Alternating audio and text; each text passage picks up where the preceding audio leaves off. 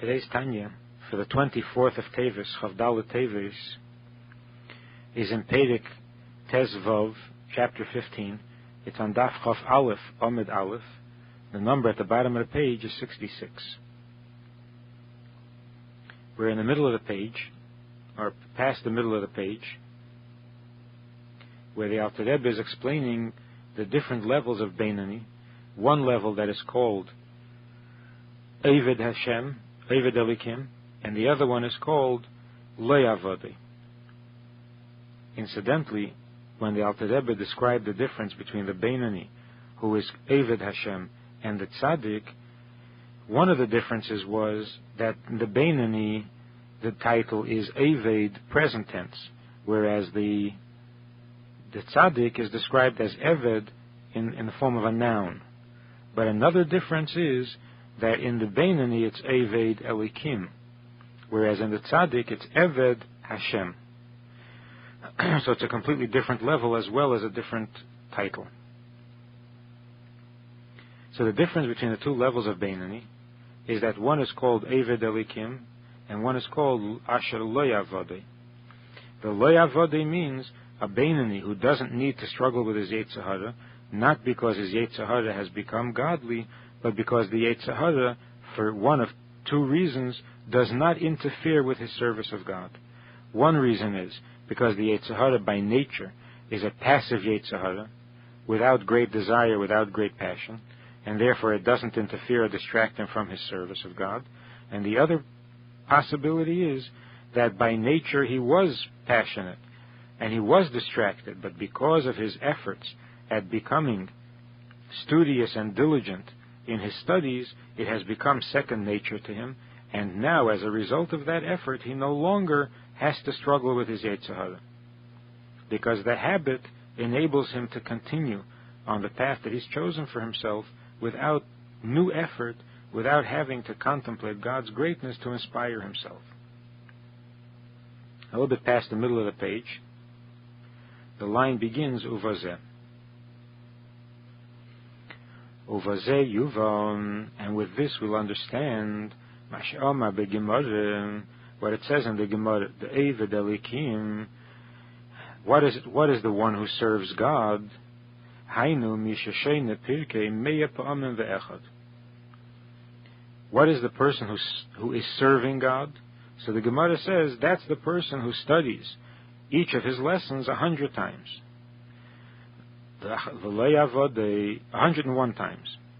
V'lo yavodei, and who is the one who is not serving? Hainu mishashene pirkei meya pa'amim levad. The one who is not serving is the one who studies his lesson only 100 times, not 101 times. So the difference between the one who is serving and the one who is not serving is one more time of repeating or rehearsing the lesson. The one who is serving repeats it 101 times, rehearses his lesson 101 times, and the one who is not serving does it only 100 times. How can one time be that significant that they should be of different categories because of that one time that he learns his lesson? So the Alter Rebbe says, "V'hainu mishum shebiyameihem hayaregilus l'shanis kol perek meya pa'amim," because it was the habit in those days to study and review every lesson 100 times. Since the Gemara was not written down yet, everything was memorized by heart. So every lesson that was given was repeated and rehearsed 100 times. That was the habit. And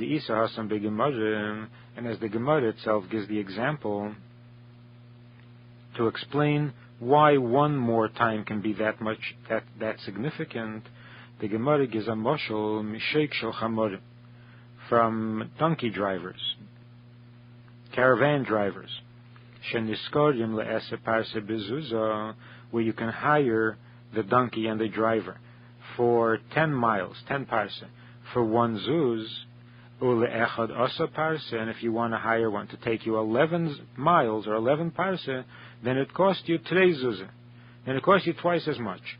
For one extra mile, you pay twice as much. And why is this? Because the 11th mile takes them out of their beaten path they're going further than their habit is to go. To go out of their path, the 1 mile is equal to going 10 miles that is within their path. And this is understood in business. It's understood in the ways of the business people.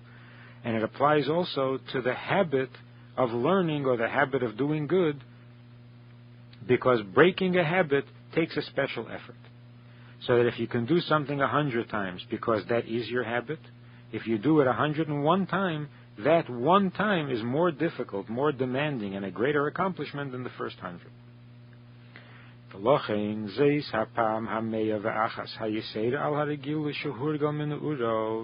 And therefore, this one extra time that takes him beyond the habit in which he has been habituated from his youth, shkula keneged kulam. This one time is equal to the first 100. Ve'ela al gabeim, and is greater than all of them. B'yeser says v'yeser oz, with greater intensity, with greater enthusiasm, and therefore he is called Eved Elikim mipnei shekedei lishanis teva harigilus. He is serving God because in order to have broken out of his habit, tzarich la'ered es ha'ava la'Hashem ha'yidei shemes beinim b'gdulas Hashem b'meichei. The motivation that it takes, the strength that it takes to break out of the habit has to come from his contemplating God's greatness, and thereby producing a fear of God in the mind and a love of God in the heart and so on. And that effort is what earns him the title Eved Elikim. So this effort that it takes, lishlet al hateva shebechol hasmoli hamoli dam hanefesh habaham shemeklipa, in order to rule over the nature of the animal soul that is in the left side of the heart, which is full of blood, and therefore it is the place of the animal soul that comes from klipa. Shemimena hu hateva, and it is from the animal soul that nature is produced. Any nature that a person has comes from the animal soul. The godly soul doesn't have nature and doesn't get into the habit of nature, as I'll describe later. So this nature that he has to overcome, the second nature, the habit that has become second nature, when he has to overcome it, he's overcoming his animal soul.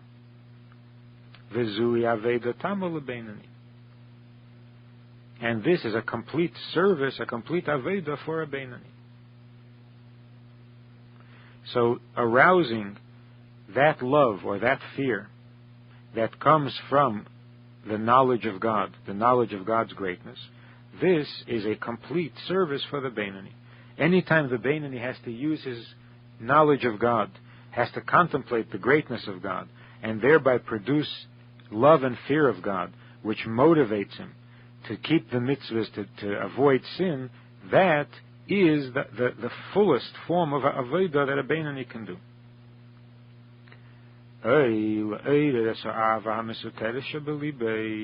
Another form of avodah is that he arouses the hidden love that exists in the heart of every Jew, limshel al yado, to control through it the nature of the left side of the heart. Shezu nikra gamkin aveda. This too is considered an aveda. This too is considered a service of God. Lihilochim im hateva v'hayetze, to do battle with his nature and with his yetzer hara, al yedei shema'ered ha'ava ha'mesoteres b'libei, by arousing the heart that is hidden in the recesses of the heart. So he doesn't have to produce a love that is born out of knowledge of God's greatness. He can use the love that already exists. Only as it exists by nature, it doesn't compete. It can't compete with the activated and intense desires of the animal soul's nature.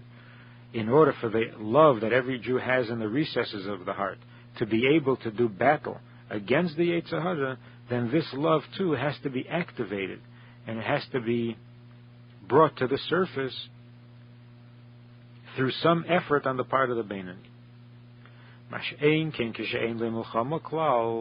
Whereas when he has no battle at all, and he's not engaged in any battle, then ein ava zu mitzad atzma mikras avedasei klal. Then this love that he has is not called aveda at all, as we said earlier, because it is not created by any effort on the part of the Beinani. It is there by nature. But if he has to arouse it and bring it from the recesses of the heart to the revealed part of the heart, and there intensify it until it can overcome the demands of the animal soul, that is already an Aveda. So these are the two forms of Aveda that a Beinani can perform. One is to produce new emotion, new love and new fear for God that is born out of the understanding and the knowledge and the contemplation of God's greatness. That's the higher form of Aveda. The Aveda that is also an Aveda is to arouse the love that exists in the heart, but is hidden in the heart, and to bring it to the surface. And these are the two Avedas that the Alter Rebbe refers to on the title page of the Tanya, where he says that the purpose of Tanya is to explain how every Jew can serve God, and that service of God is close. As the Pasuk says, it is very close to you in your mouth and in your heart to do, and this comes in two ways, the long way and the short way. The long way is the greater job, the greater task of arousing love and fear in the heart as a result of knowledge of God and contemplation of God's greatness in the mind. That's called the long way because it is a greater Aveda. It takes longer. It is more work.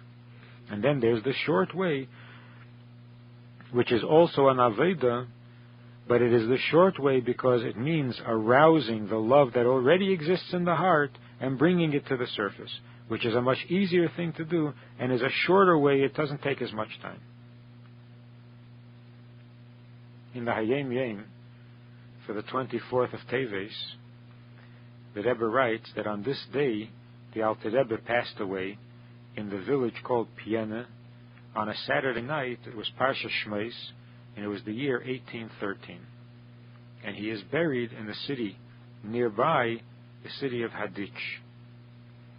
My grandfather, the Frierdiker Rebbe says, Rebbe Marash, asked his father, the Tzemach Tzedek, what did the Zayde, the Alter Rebbe, intend, what did he want of Hasidim when he taught the ways of Hasidus?